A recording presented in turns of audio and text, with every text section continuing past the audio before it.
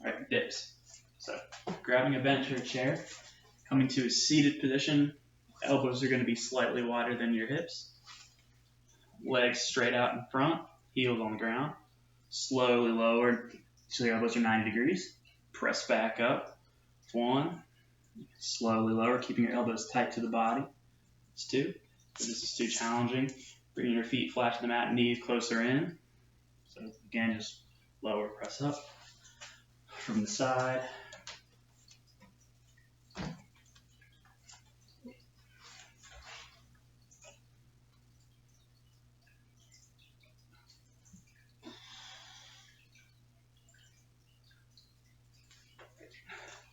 dips.